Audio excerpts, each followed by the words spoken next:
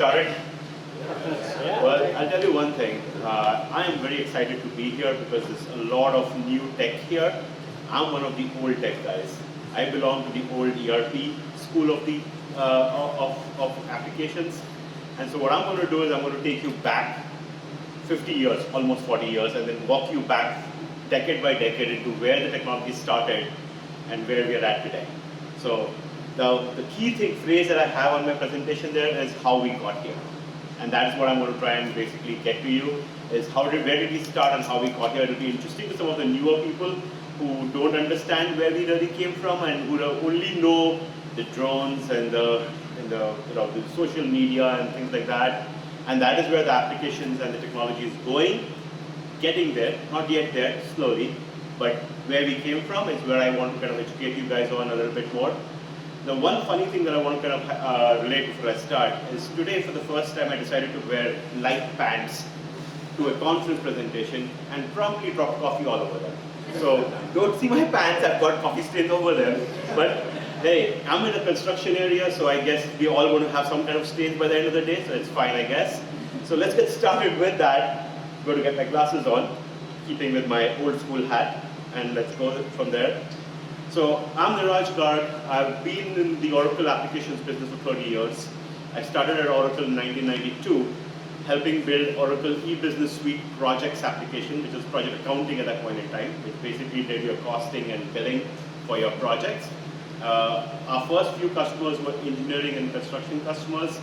They were the development partners for the applications. I don't know, these companies don't even exist anymore. Failure Analysis was a Bay Area company that basically went in, and when there was a big failure at any industry, they would go and do an analysis of why something failed. So they were an engineering firm, and they would basically go ahead and figure that out. Harding Lawson Associates were an environmental engineering firm, which was acquired by Jacobs, I believe, at some point in time. And then there was a third firm, ABB, which is still existing, but they basically do a lot of international engineering, industrial engineering work, basically. And so from there to today, if you guys remember Parsons Brinckerhoff, which is now part of WSP, they were basically our first non-development partner customer in 1993. I still remember getting a phone call from the CIO of Parsons Brinckerhoff on 4th of January 1993, telling me that we went live on 1st Jan and we've just overstated revenues by $40 million. And at that time, $40 million was a lot of money, guys. And from there to where we are today, where things basically still go wrong, but mostly right from that perspective. So that's where my background is, that's where I come from. I've been doing Oracle applications, first the ERP side of the house, both on-prem and cloud, and also some of the newer job site technologies, Primavera, P6, Aconex, and things like that, basically from that side of the house. So that's really where I come from. So as you can see, this is really the journey I'm trying to take you guys on, starting in the 80s, or even before that, where you basically didn't have any sort of applications per se, nothing from a project-related perspective.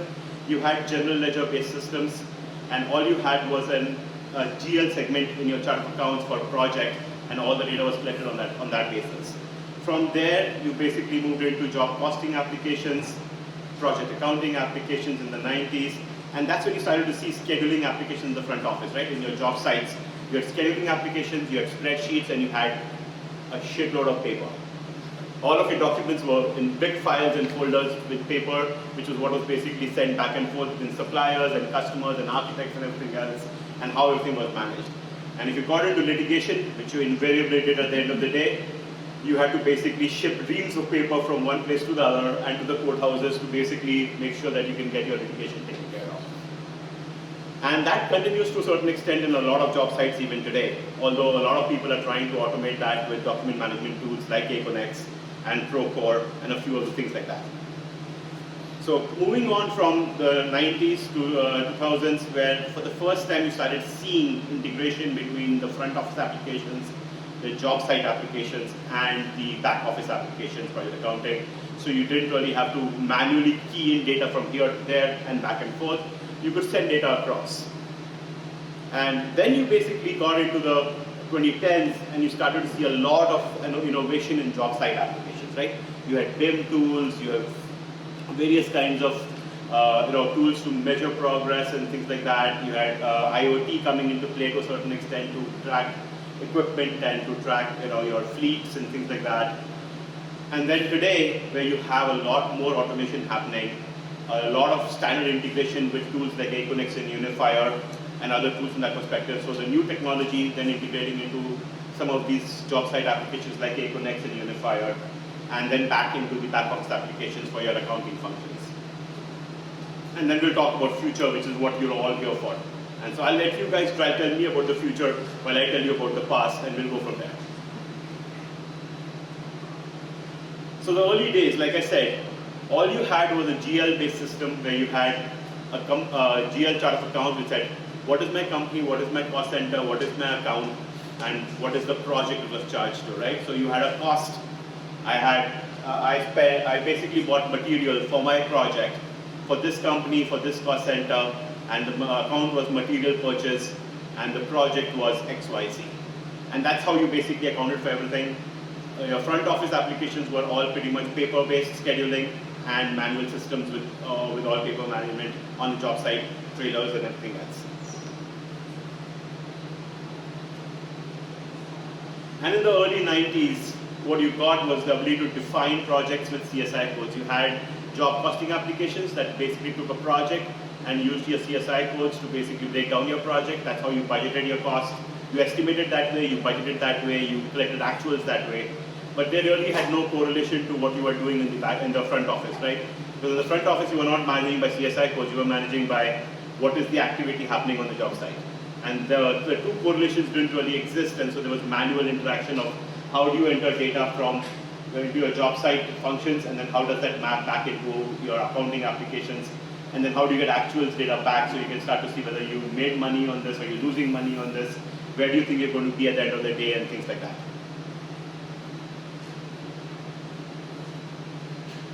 And then you finally got project accounting applications, but again, finance had a very strong hold of these applications.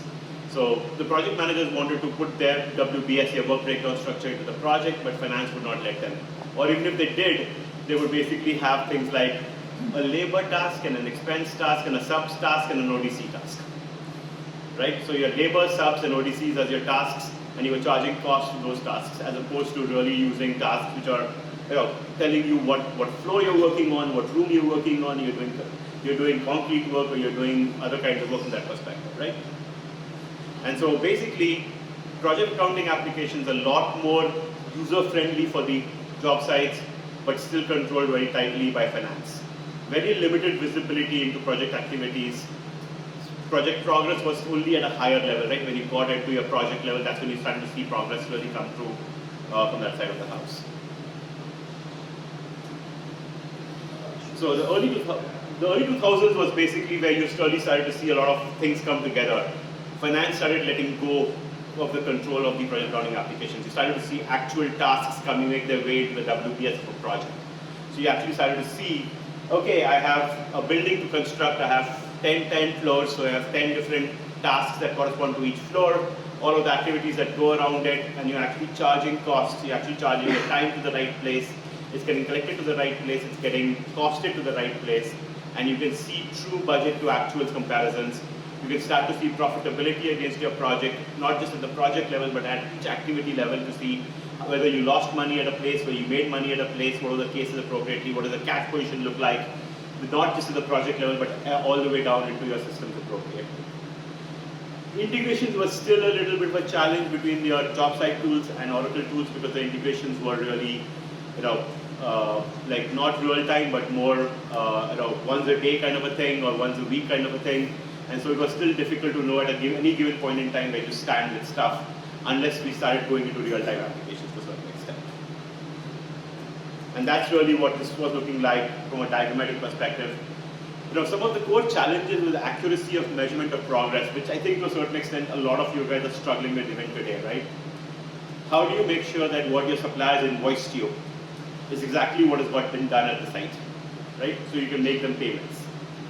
Similarly, how do your customer validate what you are claiming as progress is actually progress? And how do they basically then fulfill your applications for payment, right? And then finally, the percent complete that you claim, is finance willing to agree to that so they can recognize revenue appropriately, right? So all of these things make a big difference from our challenges when you don't have accurate applications from that perspective. There's a lot of manual work that goes into collecting progress. And that's one of the biggest things I'm hearing almost everybody over here talk about, is how do you measure progress against what's going on, and then use that progress for all of the financial things I've just talked about, but also things about how do you take that progress and then look at what's next. How do the schedulers figure out, okay, I've done this, what's next? What is the next set of activities that need to be performed, right? Where am I behind? Where am I ahead? What's got done on schedule? And what's the next set of things on the activity list that I need to take care of? What material do I need for that? Is the material on site? All of those things are challenges that we have to solve from that side. Right? So what really changed in the 2010s is the introduction of the iPhone was really the key driving point that allowed you to basically bring front office or job site applications and really integrate them seamlessly into your back office application. Because the iPhone was the first time where you were able to basically take a wireless app on a small handheld device, like a phone or a tablet, and really use that to then basically push data back into your back office. And so that was the turning point, which came in the middle of the 2000s, but really the applications came into being in the 2010s timeframe. And that's where you started getting things like your BIMs integrating into the system, your models and plans-based reviews, and collaborations from that perspective. Your inventory systems, your crew time entry systems, they were all real time. You didn't have to wait to go back to the office to enter your time. It could be done on the site real time at that point in time, right? Document management could be done online and not have to share paper across the board.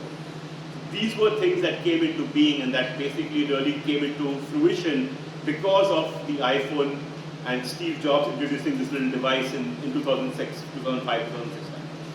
Right? So initial experiments with cameras and drones started happening even in the late 2010s, right? 2018, 2019, we had drones and cameras come into play, but very early applications at that point in time, right? AI ML started being talked about, but not really applied from that side of the house, right? And key integrations into back office applications. Right? So what is driving all of this stuff? Increased complexity and size of projects being executed. You always had larger projects, but now what you had was, you had the ability to do connectivity on remote sites because of the wireless connections with iPhone-like technologies, right? The availability of job site people, the project managers, the schedulers. Now, as you all know, the number of people coming into these professions is much smaller than what it used to be before. So the qualified resources, the availability of the pool of qualified resources is now smaller. And so you need to make maximum use of these resources that are available. And how do you do that? By introducing automation into the picture. And that's one of the things that happened to that side. Obviously, you have the constant pressure of project margins and project timelines.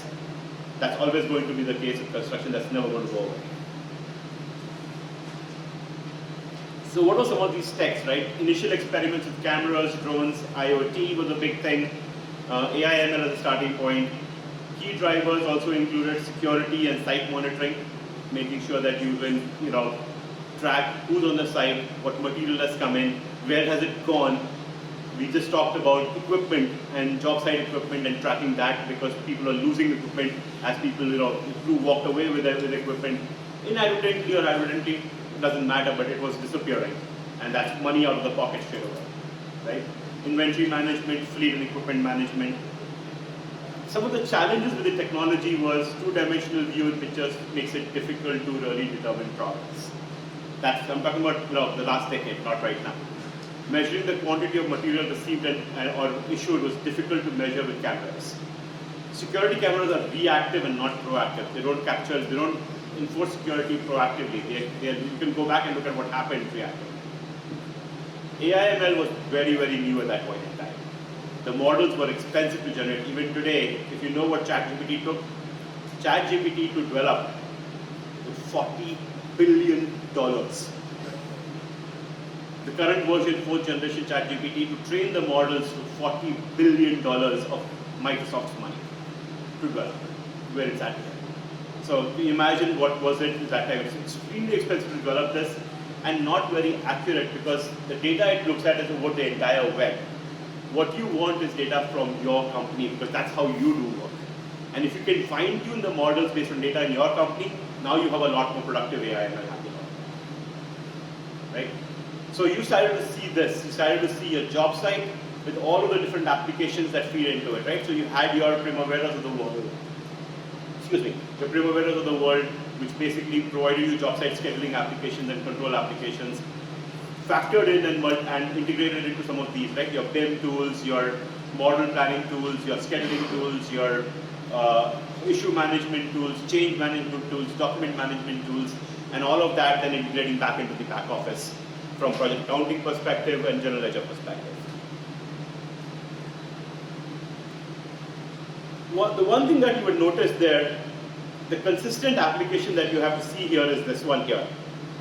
This is the application that ultimately provides you the financial information that you need for your project, not just actuals, but also your budgeting, your forecasting, and that continues to be the core application that most companies have and will continue to use going forward.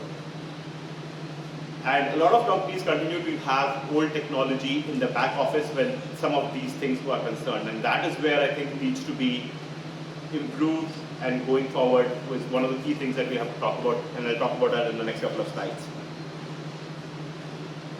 Today, what you're seeing is a lot of driving force is the job site.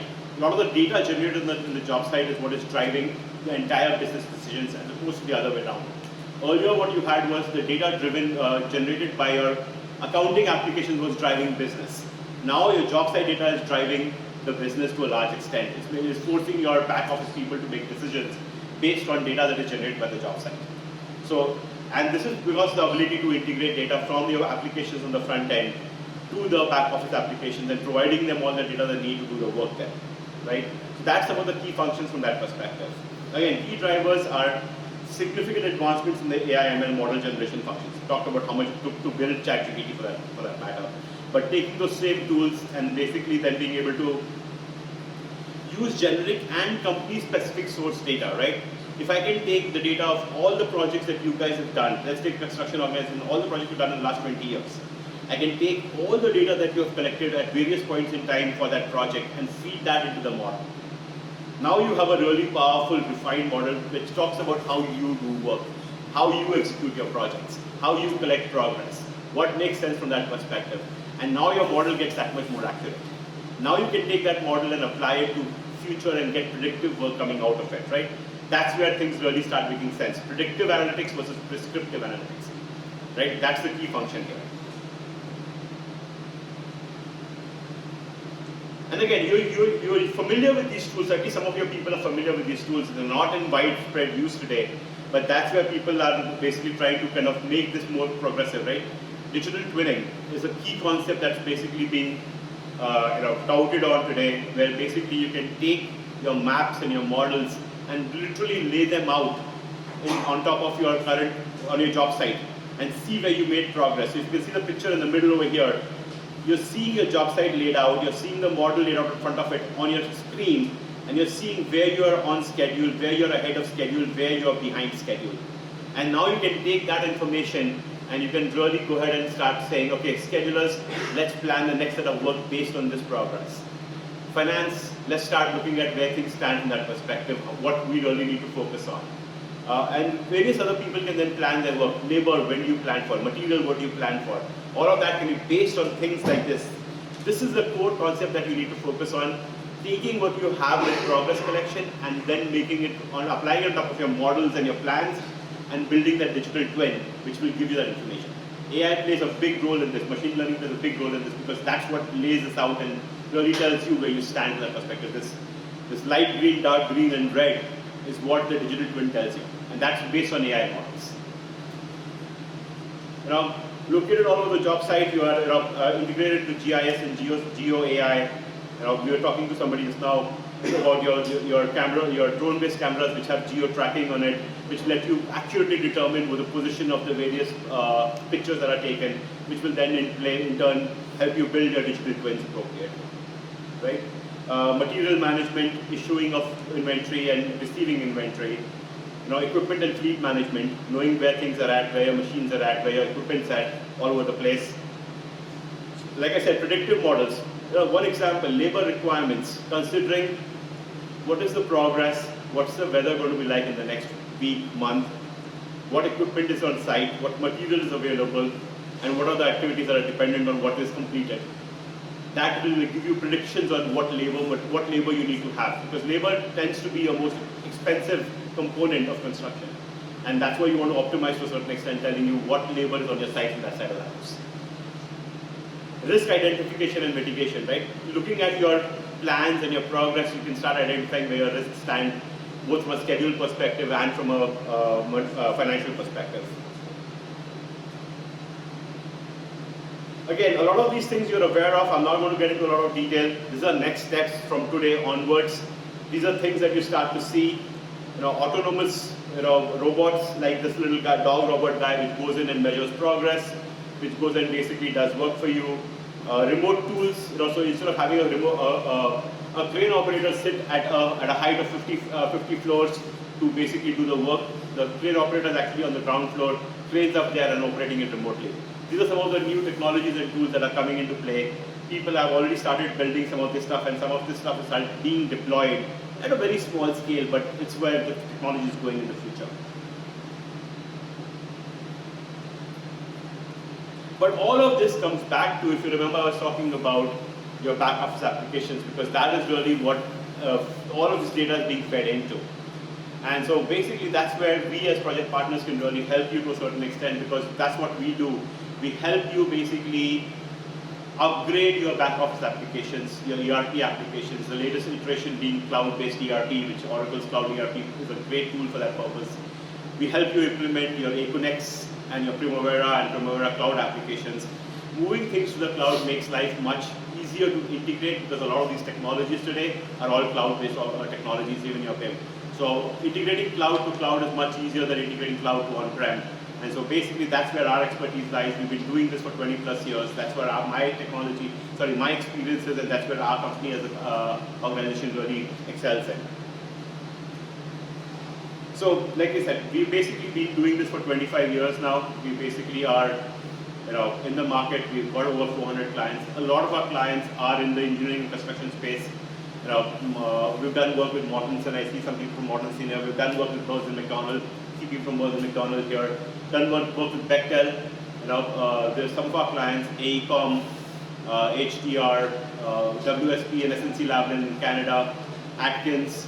So these are all companies that we've worked with in the past, extensive experience in ENC. That's what we do. These are all the various applications we work with on the back end: JDE, EBS, cloud applications, Primavera applications. And we not only focus in the US, we also have a global presence. We are part of ITG, which is an international technology group.